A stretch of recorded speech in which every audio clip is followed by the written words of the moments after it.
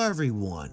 In the universe of Babylon 5, Babylon 5 was one of the most unique space stations ever constructed by the younger races. Built by the Earth Alliance after the Earth-Minbari War, the station served as a diplomatic center, commercial hub, military outpost, and a symbol of interstellar cooperation. Although its primary mission was to promote peace rather than wage war, Babylon 5 possessed a significant defense capability that made it far more formidable than many other civilian installations. Throughout the series, its armaments evolved from a modest defense system in Season 1 into a heavy armed fortress capable of resisting attacks from major military powers. When Babylon 5 became operational in 2256, its original armaments reflect its intended role as a diplomatic station rather than a battleship. The station was equipped with several twin particle arrays mounted around its rotational section and central core. These weapons were primarily designed to fight off pirates, raiders, and small hostile vessels rather than engaging major warships. The station also possessed a squadron of Earth Alliance Starfury fighters. These highly maneuverable spacecraft formed the backbone of Babylon 5's active defenses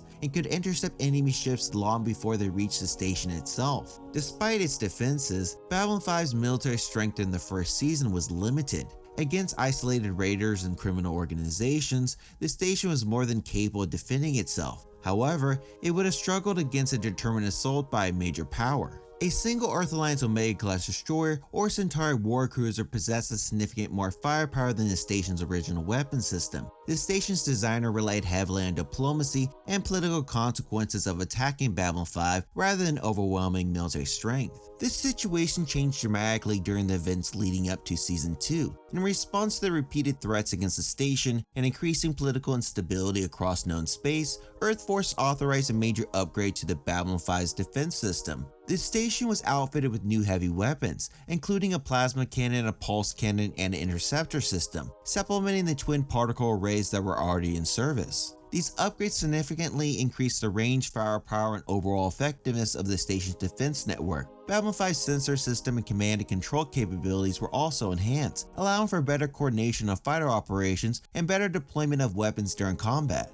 The most important improvement was the installation of a heavy defense grid, capable of engaging multiple targets. These weapons transformed Babylon 5 into a lightly defensed diplomatic outpost into a true military fortress. While not equivalent to a dedicated warship, the updated station can now pose a serious threat to attacking capital ships. Combined with its large complements of Starfury fighters, Babylon 5 became a much more difficult target than it had been during its first year of operation. The station's improved strength became evident during several battles throughout the series. Enemy forces could no longer assume that they could quickly overwhelm the station. Enemy attackers would face concentrated fire from well-placed weapons throughout the station, while also contending with waves of defending fighters. Compared to other Earth Alliance vessels, Babylon 5 occupied an unusual position. It possessed enough firepower to take on a capital ship such as the Omega-class destroyer or Primus-class battlecruiser. However, its large structure and lack of maneuverability made it vulnerable to sieges and becoming overwhelmed. Nevertheless, Babylon 5's extensive defenses and fighter complement meant that attacking the station was often more dangerous than engaging a single destroyer. Babylon 5's upgraded defenses were put to the test in Season 2 Episode 22, The Fall of the Night. In this episode, a Centauri capital ship known as the Primus-class battlecruiser attacked the station in an attempt to capture an armed cruiser that was under Babylon 5's protection. At first, the Centauri ship split its fire between the Narn vessel and the station, but eventually focused the entire attack on Babylon 5. The battle showed both the strengths and weaknesses of the station. Because Babylon 5 could not maneuver, it was an easy target for enemy fire. However, its powerful weapons allowed it to return fire with devastating effect, ultimately destroying the Centauri battlecruiser. The Minbari Federation represents an entirely different level of military power. Even after its upgrades, Babylon 5 remains vastly inferior to Minbari warcruisers. Minbari's stealth technology, superior weapons, and advanced defense systems gave them an overwhelming advantage. During the Earth-Minbari War, a station with Babylon 5's capabilities would have stood little to no chance against a determined Minbari attack. Fortunately, the station's purpose was diplomacy, and Minbari's support was essential to its creation. When compared to ancient races, the gap becomes even larger. Vorlons and shadow vessels possess technology millions of years beyond the younger races. The ships could destroy entire fleets that would challenge Babylon 5. Against such opponents, the station's defenses would have been largely ineffective.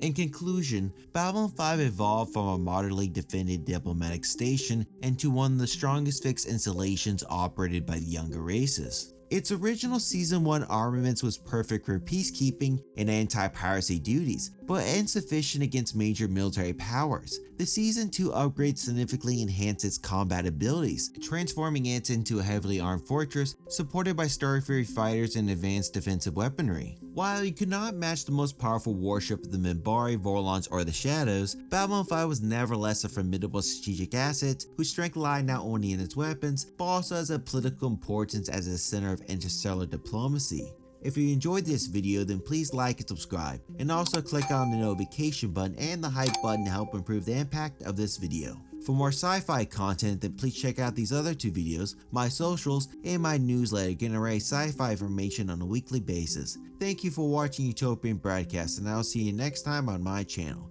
Thank you.